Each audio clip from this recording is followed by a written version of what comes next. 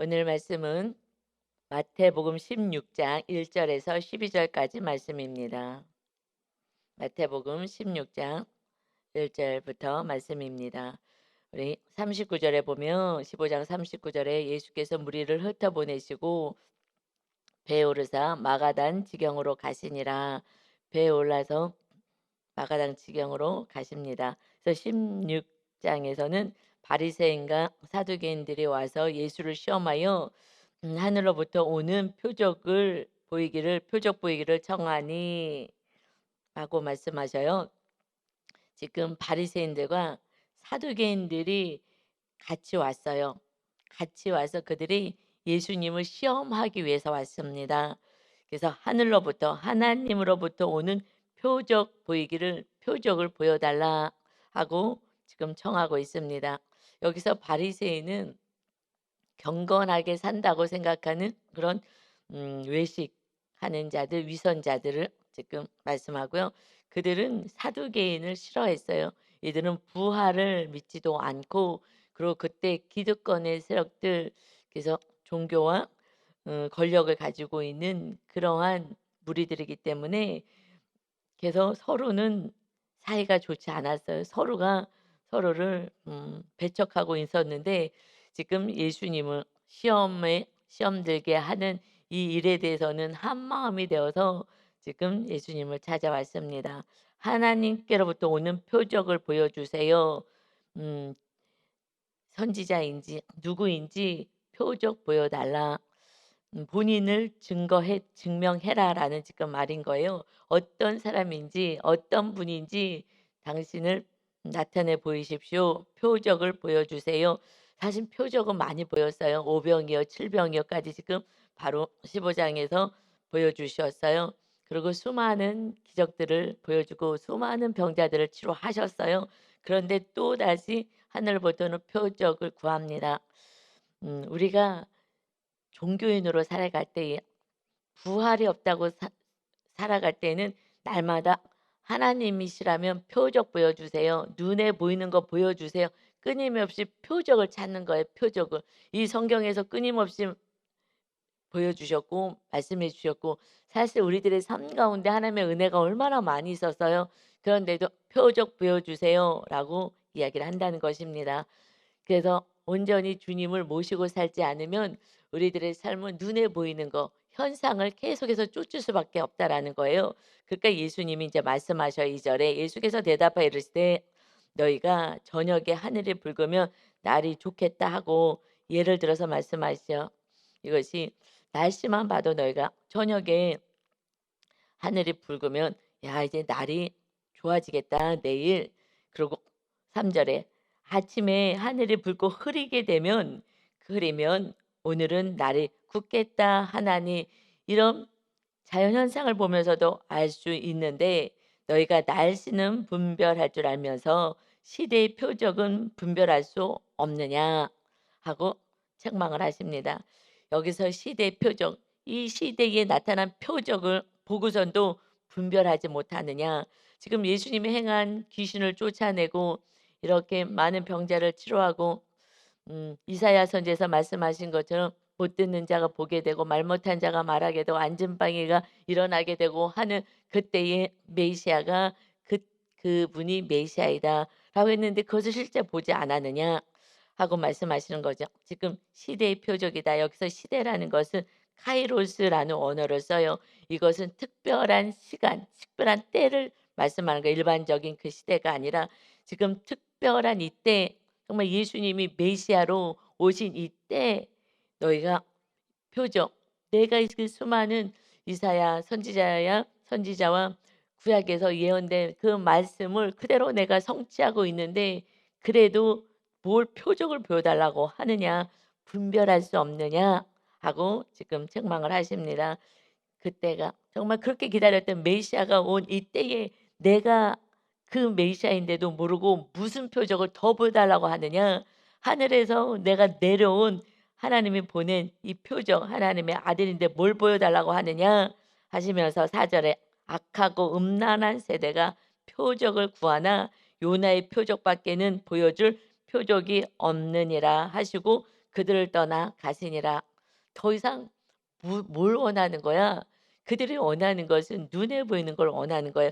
그런데 하나님의 아들이 눈에 보이게 우리의 구원을 위해서 오셨음에도 불구하고 그 눈앞에 있어도 다른 거 달라는 거예요. 다른 거, 눈에 보이는 거. 그러면 이제 믿겠다라고 자꾸 다른 것을 보여달라고 합니다.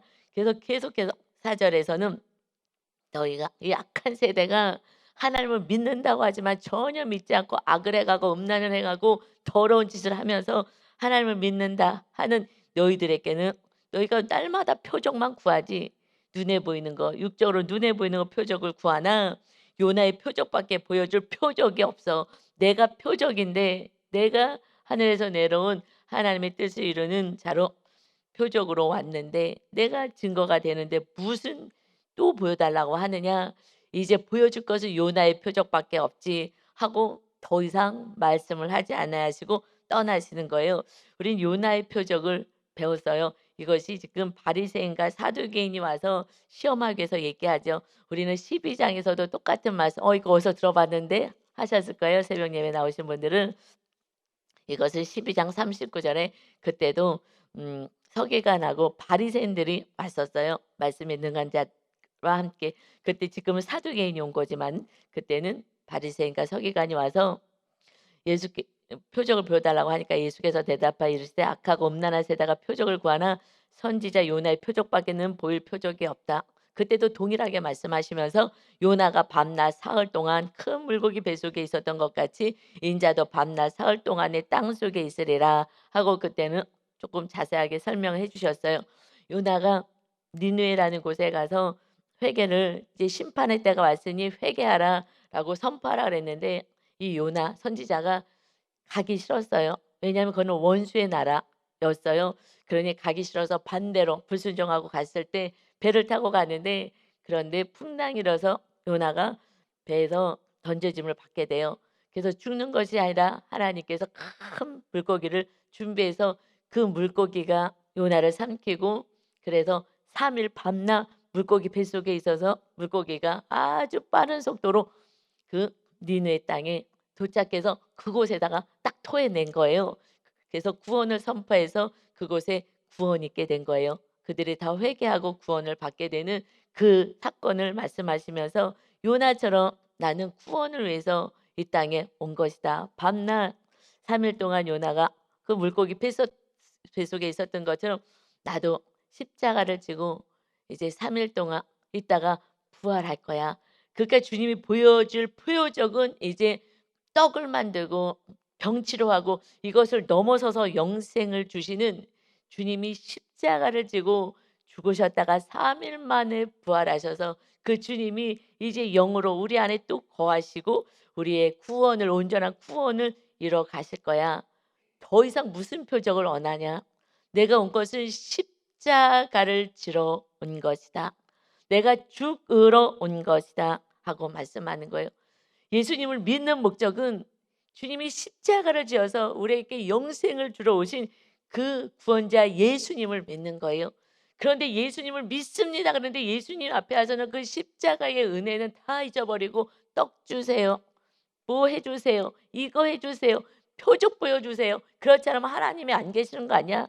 하고서는 그냥 내심으로만 살아가는 정말 너무너무 답답한 우리 주님이 뭘 달라고 자꾸 하느냐 하고 나는 십자가를 지고 너희와 함께 너희를 지키려고 왔어. 그의 나라를 먼저 구해야지. 너희 안에 주님을 모시고 사는 그의 나라 그리고 이웃을 향하여서도 십자가를 너희도 져서 가족이 구원받는 일에 힘써야지. 그리하면 먼저 그 일을 감당하면 그리하면 이 땅에 필요한 그 모든 것을 내가 더해 줄 거야.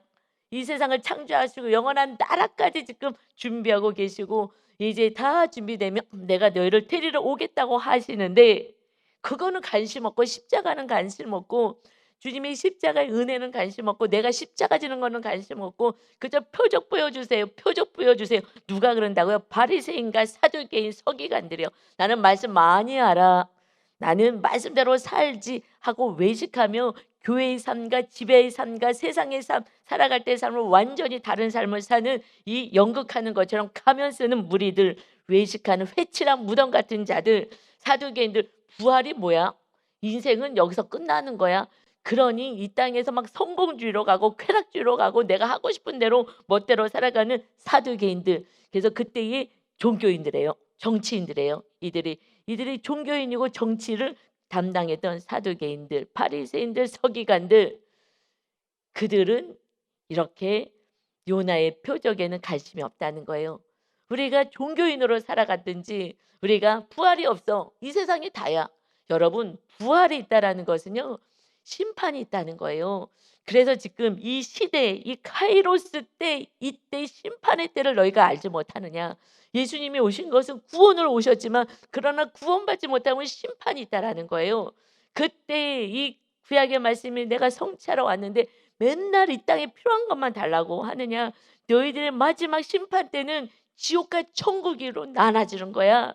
부활이 없으면요. 이 세상 교회를 백날 다니고 아니요 뭐 모태신앙에서부터 뭐 100년을 다녔어도 100년을 교회를 나왔어도 부활이 없다고 생각한다면 왜 나오겠어요? 이 땅에 기복주의를 위해서 나오는 거죠. 그러니까 사두개인처럼 살아가는 거예요. 내가 정치인이 되고 그래서 기득권 이 세력을 놓지 않겠다고 그래서 하나님을 믿는 거예요. 그래서 예배하는 거예요. 이렇게 하는 이 무리들을 향하여서 더 이상 얘기하지 않고 나는 요나의 표적밖에 없어. 십자가가 메시아인 것을 알아라 하고 말씀합니다. 우리가 십자가를 놓치게 되면 신앙생활은 꽝인 거예요. 그냥 종교인인 거예요.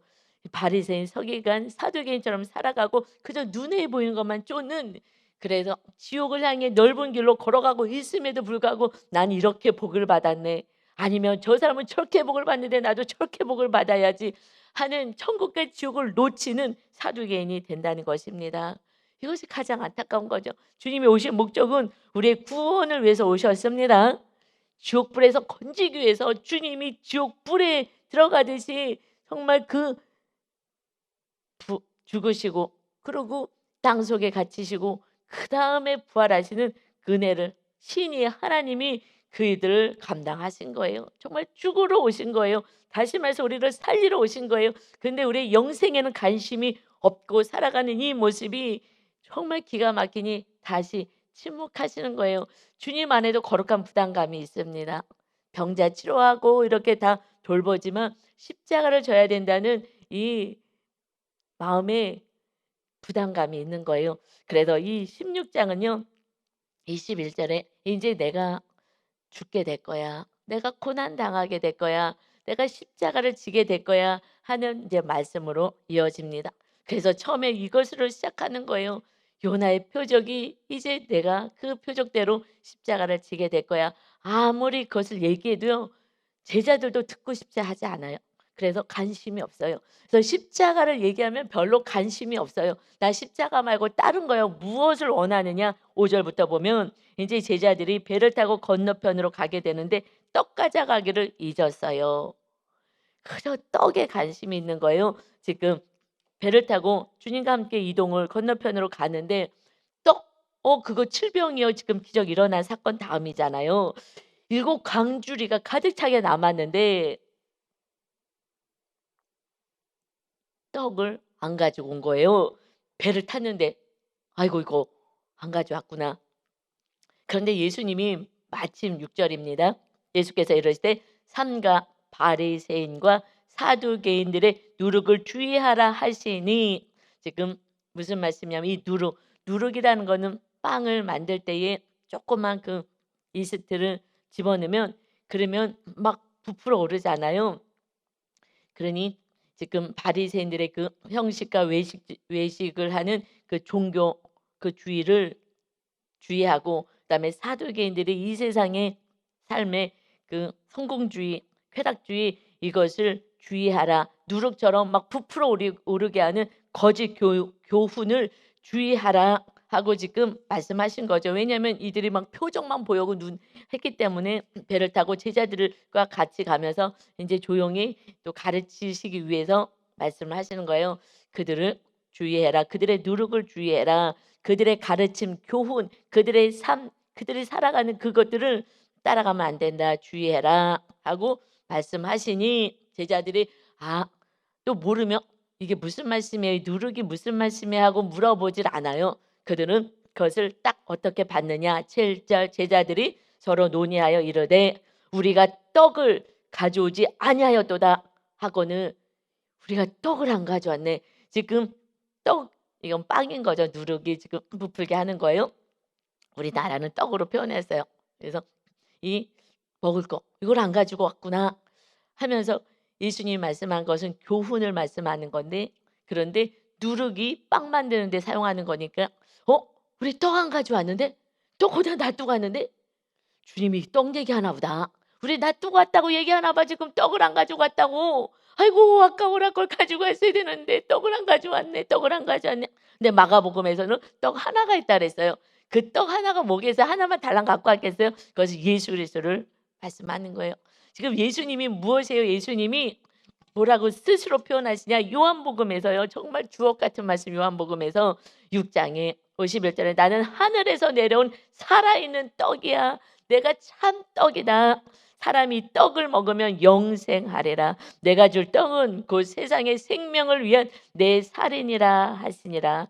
주님의 살을 주셨어요. 피를 주시고요. 그래서 내 살은 참된 양식이요 내 피는 참된 음료야. 내가 십자가에서 내 피와 살을 다 너에게 주는 거야. 주님이 이 땅에 오신 것은 주님을 영접하는 자, 주님을 영접하는 자. 그래서 주님이 우리 안에 거하시는, 그래서 떡을 먹어야 되잖아. 영접해서 우리 안에 거하시는 거예요.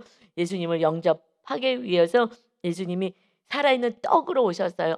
그런데 주님이 살아있는 떡으로서 이 땅에서 필요한 것들을 다 공급하시고 5병이요 7병이요 5,000명 4,000명 먹고도 남음이 있는 정말 10,000명 이상을 먹이는 그런 은혜를 조그만 걸 가지고 하나님께 감사만 했는데 주님의 손에 올라가기만 한다면 그 은혜가 있는 그 주님을 경험하고서도 지금 아이고 떡 안 가져왔네. 떡을 안 가져왔네. 주님께서 떡 얘기하시나 보다. 떡 안 가져왔다고. 여러분 이 모습이요. 정말 우리들의 모습인 거예요. 그냥 주님은 아무리 제가 설교를 천국 설교를 하고 천국과 지옥 얘기를 해도요. 그냥 그런가 보다 하고서는 무엇을 생각해요? 아이고 무엇을 먹고 사나? 어떻게 사나? 그것에만 매여 있는 거예요. 그러니 8절에 예수께서 아시고 이르시되 믿음이 작은 자들아 어찌 떡이 없으므로 서로 의논하느냐? 날마다 떡만 이 세상에서 무엇을 먹을까만 생각하느냐? 믿음이 작은 자들아 나는 영원한 생명을 주러 오고 하나님이 너희와 함께 하기 위해서 왔는데 주님께는 관심 없어. 살아있는 떡은 관심 없고 주님을 모시는 데는 관심 없고 주님을 모시는 게 뭐예요? 말씀대로 사는 거거든요. 이 말씀이 내 안에 임하는 거예요. 그런데 이것은 관심 없고 그저 떡 얘기만 하고 있고 바리새인도 떡 얘기, 사두개인도 떡 얘기 그냥 눈에 보이는 것만 얘기를 하느냐 이 믿음이 작은 자들아 너무너무 안타까워요. 그런데 여러분 참 소망이 있는 것은 이렇게 아무리 얘기해도 뭔 소리인지 모르고 정말 주님이 앞에 있어도 표적을 보여달라고 하늘에서 내려오는 표적을 보여달라고 그러고 끊임없이 그렇게 믿음이 작은 자이지만 그런데 여러분 그 수로보니게 여인에 대해서 우리가 말씀 우리 15장에서는요. 그 여인은요. 큰 믿음을 가진 자라고 칭찬을 받았어요.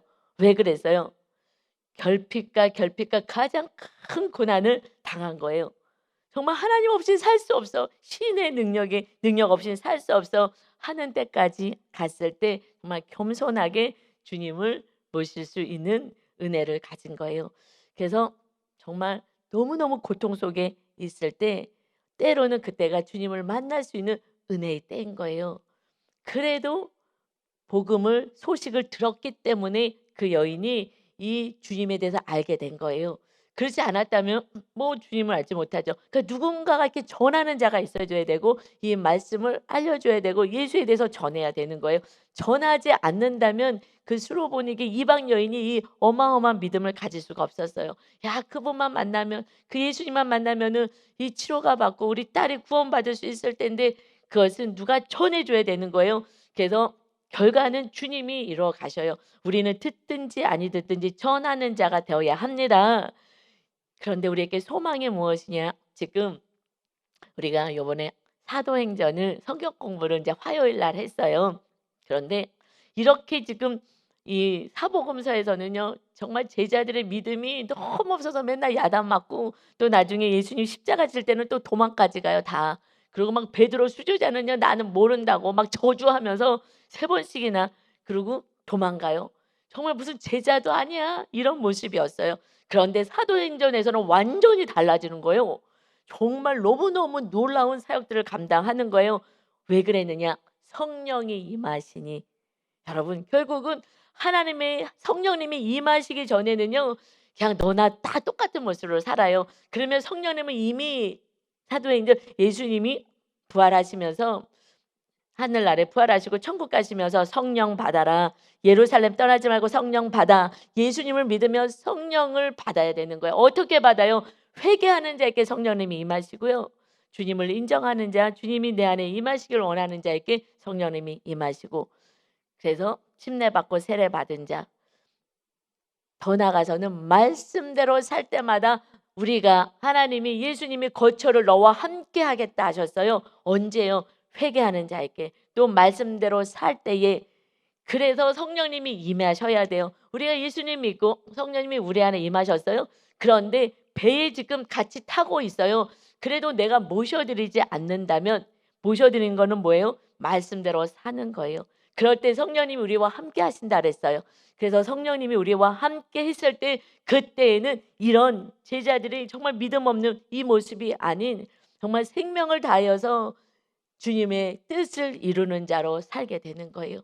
그래서 성령 충만하지 않고는 우리는 이 말씀을 다 육으로만 받아요. 그때에 지금 믿음 없을 때 받았던 이 교훈과 말씀들이 그때 성령님이 임하시니 야, 그 말씀이 그런 뜻이었구나 아는 거예요. 저도요 전에는 말씀대로 살지 않을 때는 모태 신앙이면 무엇이고 뭐 교회에서 봉사하면 무엇이고 기도를 얼마나 많이 했다고요. 그러면 무엇이겠어요. 우리는 20개는 기도를 많이 시키거든요.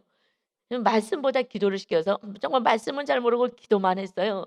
무슨 기도해요? 허공치는 기도를 하는 게 허공치는 기도를 하는 거예요.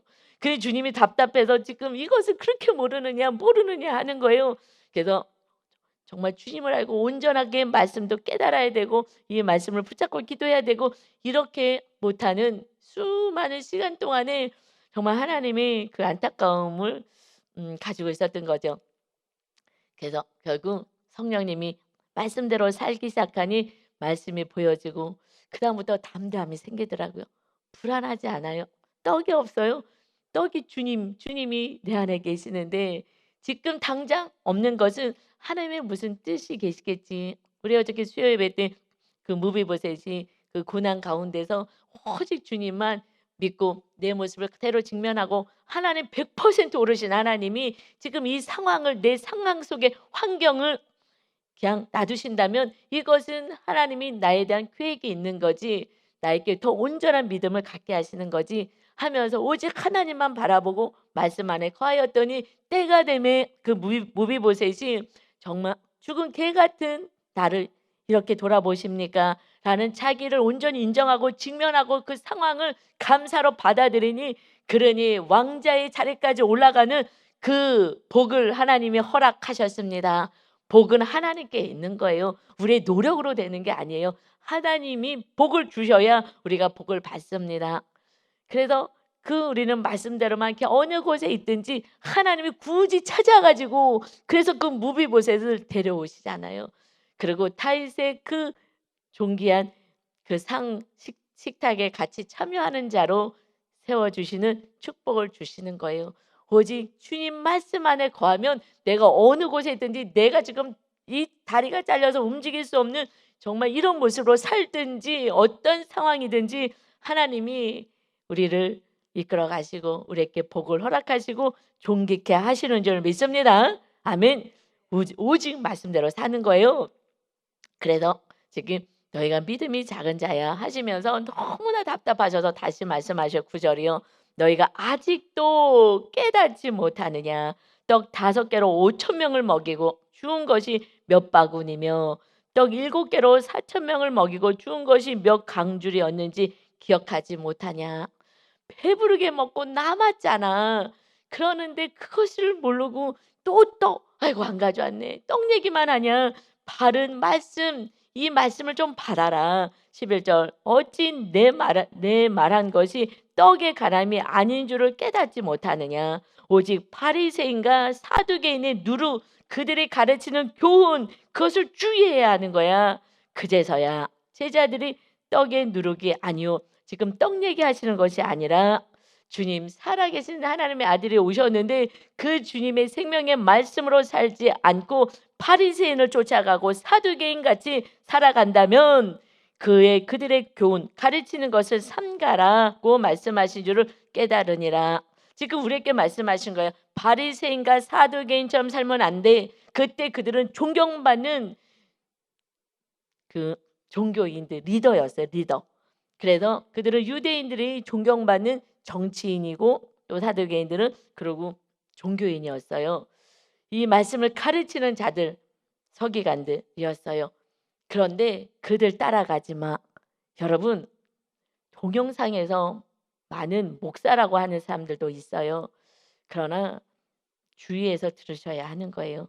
바리새인들처럼 그들의 삶이 전혀 말씀대로 살지 않고 말씀만 서기관처럼 박사가 돼갖고 내가 박사 받고 외국에서 박사 받아갖고 와서 이것을 지식적으로 가르치면요 지식이 믿음인 줄 알아요.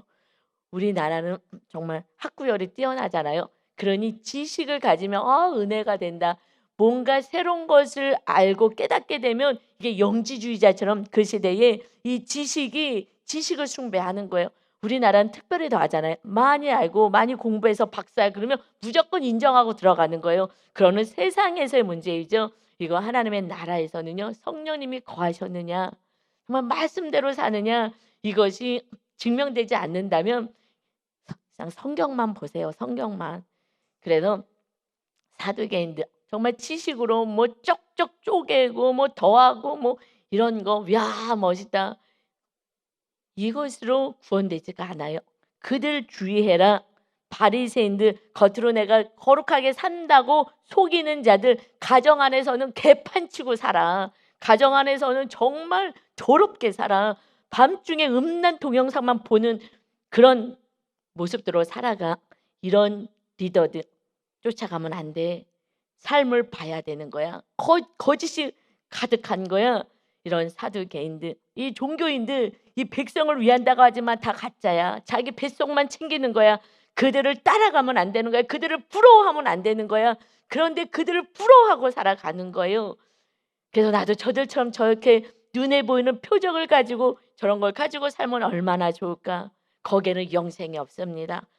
그것을 말씀하는 거예요. 그것을 따라가면 안 되는 거예요. 우리는 이제 십자가를 지고 가는 거예요. 그 십자가를 바라보고 그 은혜 안에서 주님이 우리 안에 거하셔서 주님과 함께 살아갈 때 그때 천국이 임하는 줄 믿습니다. 천국은요 죽어서 가는 게 아니라고요. 내 안에 천국이 임한다고요. 그래서 예수님이 처음에요 사역하실 때에 마태복음 4장으로 다시 돌아가면 그때에 40일을 금식하시고 이제 사역 시작을 공생의 시작을 하십니다. 40일을 밤낮으로 금식하시고 줄이셨어요. 얼마나 배가 고프시겠어요. 육을 입고 오셨으니. 그런데 지금 마귀가요. 지금 오는 거예요. 그래서 4장 1절에 보면 그때 예수께서 성령에게 이끌려 성령님의 보호하심 아래 마귀에게 시험을 받으러 광야로 갑니다. 이것은요. 보여주시는 거예요. 다 보여주세요. 예수님이 이걸 뭐 시험을 못 이기겠어요? 이 땅에 이 마귀가 이렇게 시험한다는 것을 첫 번째 시험이 뭐예요? 첫 번째 시험이 이것이 줄이셨어요. 정말 너무너무 배가 고파서 돌이 떡으로 보일 지경이고 정말 너무 배고프니까 돌을 씹어 먹을 정도로 이 금식하고 힘들었던 그 상황에서 마귀에게 시험을 받으러 가요. 그런데 성령에게 이끌려서 성령님의 보호 아래 가는 거예요. 우리가 시험 받아요. 마귀가 우리를 유혹해요. 우리는 성령 안에서 시험 받는 거예요. 그렇기 때문에 우리는 넘어지고 쓰러지지 않습니다.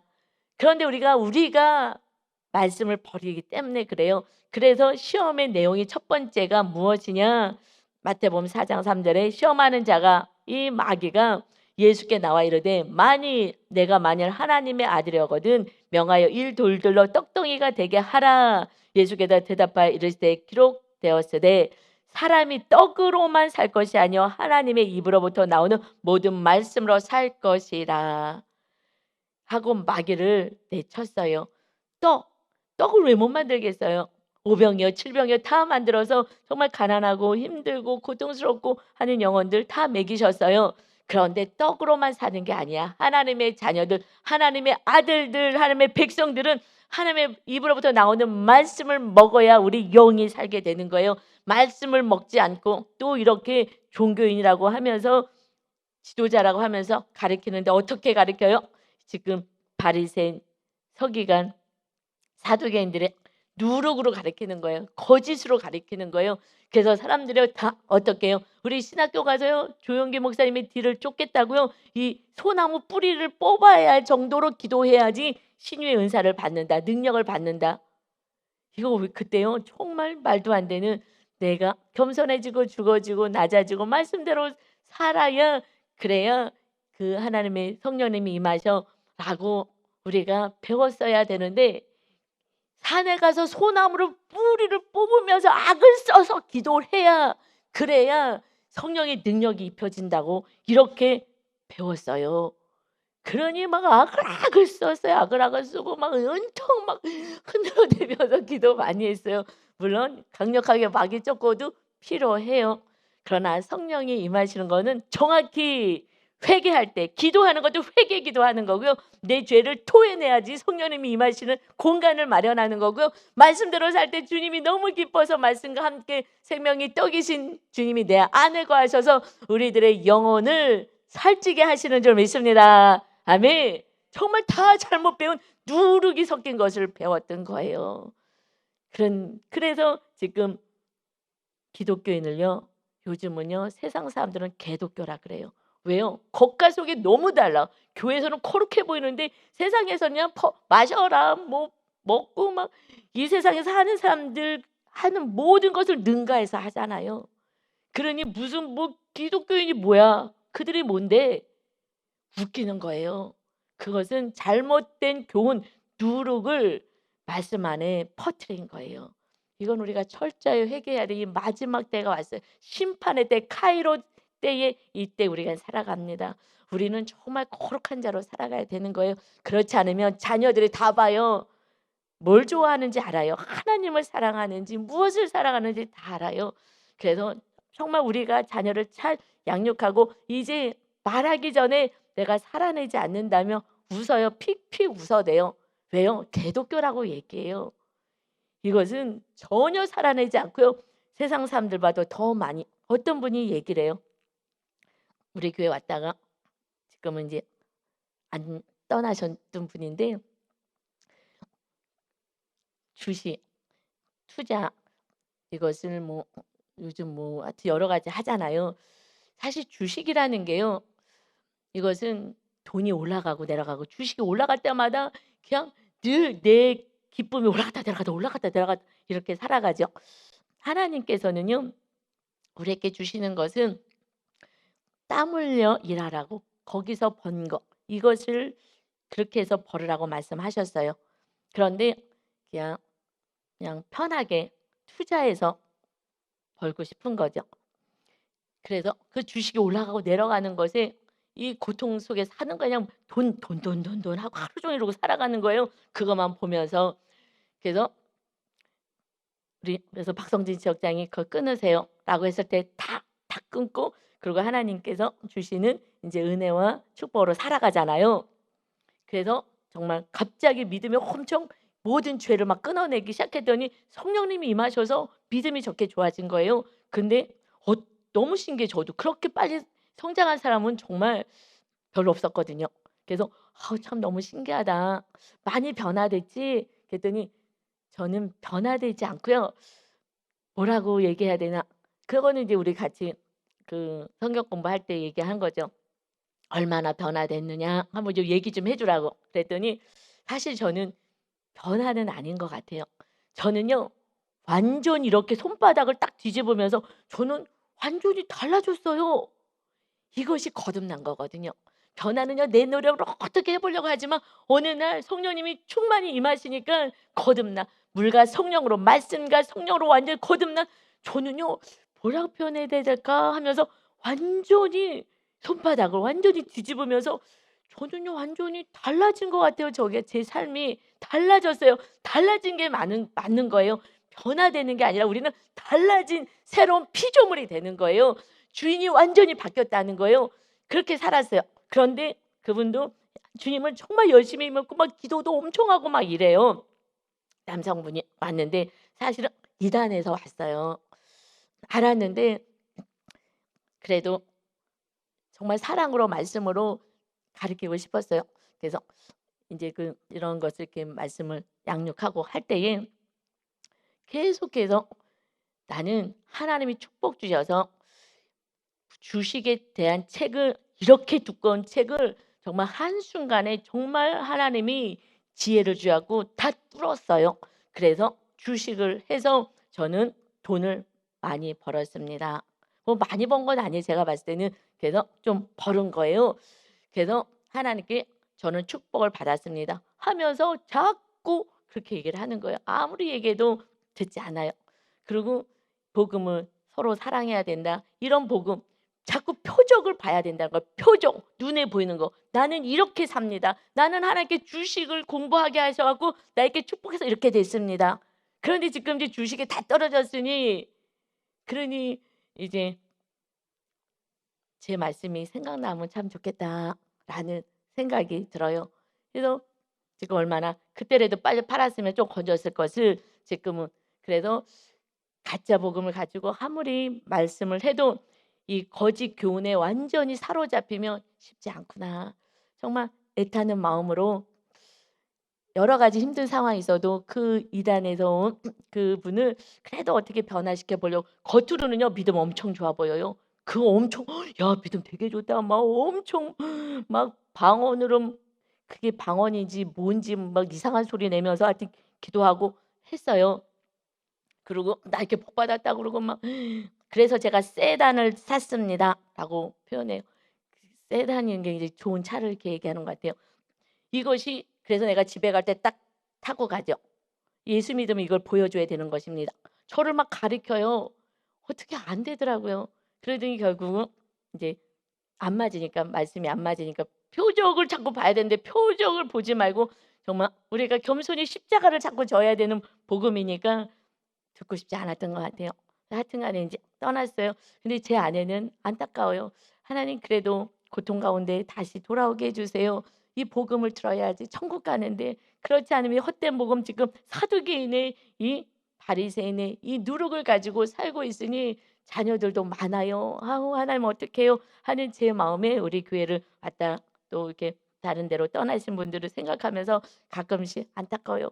하나님 이 교훈을 우리 성도들이 먼저 잘 받아서 사는 그 삶을 보일 수 있게 해 주세요. 그래서 찬란한 빛을 보이게 해 주세요. 여러분 이제 우리 가정 안에 이 빛이 비춰지고 또 공동체 안에 비춰져야 되고 우리가 정말 제자 12명이 온 세계에 복음이 흩어지게 되었어요. 여러분 제자가 한 제자만 바로 서 있다 하더라도 거기에 대한 놀라운 파장과 영향력은 클 것입니다. 그러니 성전 세워라. 정말 제자로 세워라 주님 말씀하신 것처럼 사실은 제자를 넘어서는 게 신부예요. 신부. 이것은요 완전히 지성소의 영성으로 주님과 늘 함께하는 오직 주님을 사랑하고 주님처럼 이웃을 사랑하고 살아가는 데까지 가는 게 우리 교회의 리더들에 대한 저의 사실은 높은 목표예요. 그래서 정말 지성소까지 가는 삶, 제자들의 삶은 성소에서 지성소까지 넘어가서 완전히 이 12 제자들처럼 살아가는 삶 이것이 우리 교회에 주신 사명이어서 우리 리더들이 거기까지 성장하는 오직 주님만 사랑하고 주님과 함께 살아간 것을 가족과 이웃들에게 보여서 주님의 그 사랑이 마음껏 흘러가게 할 수 있는 축복의 통로가 저와 여러분 다 되시기를 예수 그리스도의 이름으로 축원합니다. 아멘. 아버지 감사합니다. 우리가 이제 주의할 것은 이 말씀을 받지 못하게 하는 바리새인과 외식과 종교인의 모습과 사두개인처럼 아무리 천국과 지옥을 얘기해도 너무나 막연한 것 같이 여기면서 뭐 설마 있겠어 하고 현실의 표적만을 구하는 이런 무리들을 쫓지 말아라 말씀하십니다. 아버지 하나님 이제 바른 천국의 복음이 우리 한국 땅에 온 세계 가운데 이 마지막 영혼들을 살리게 하시되 특별히 우리 이 말씀을 받은 우리 성도들의 가족부터 살게 하시고 우리 공동체 가족들을 살게 하시고 표적만 쫓는 무리로 남지 않게 하시옵소서. 그래서 뭔가 받았으면 이것이 축복이라고 더욱 그것을 부여잡고 살아가고 다른 것을 사랑하게 만드는 마귀와 싸울 수 있게 하시고 주님이 아무리 주려도 아무리 배고파도 진리 안에서 말씀으로 선포해 나갈 수 있는 이 믿음을 우리 성도 모두에게 허락하여 주옵소서. 주님이 언제 오실지 모르는 우리 카이로스 때를 살아갑니다. 우리가 주님 나라 언제 갈지 모르는 그런 마지막 치마를 살아갑니다. 정말 두렵고 떨림으로 온전한 주님을 모시고 살아가는 진정한 하나님의 거룩한 백성으로 살게 하여 주옵소서. 감사드리며 예수 그리스도의 이름으로 기도하옵나이다. 아멘.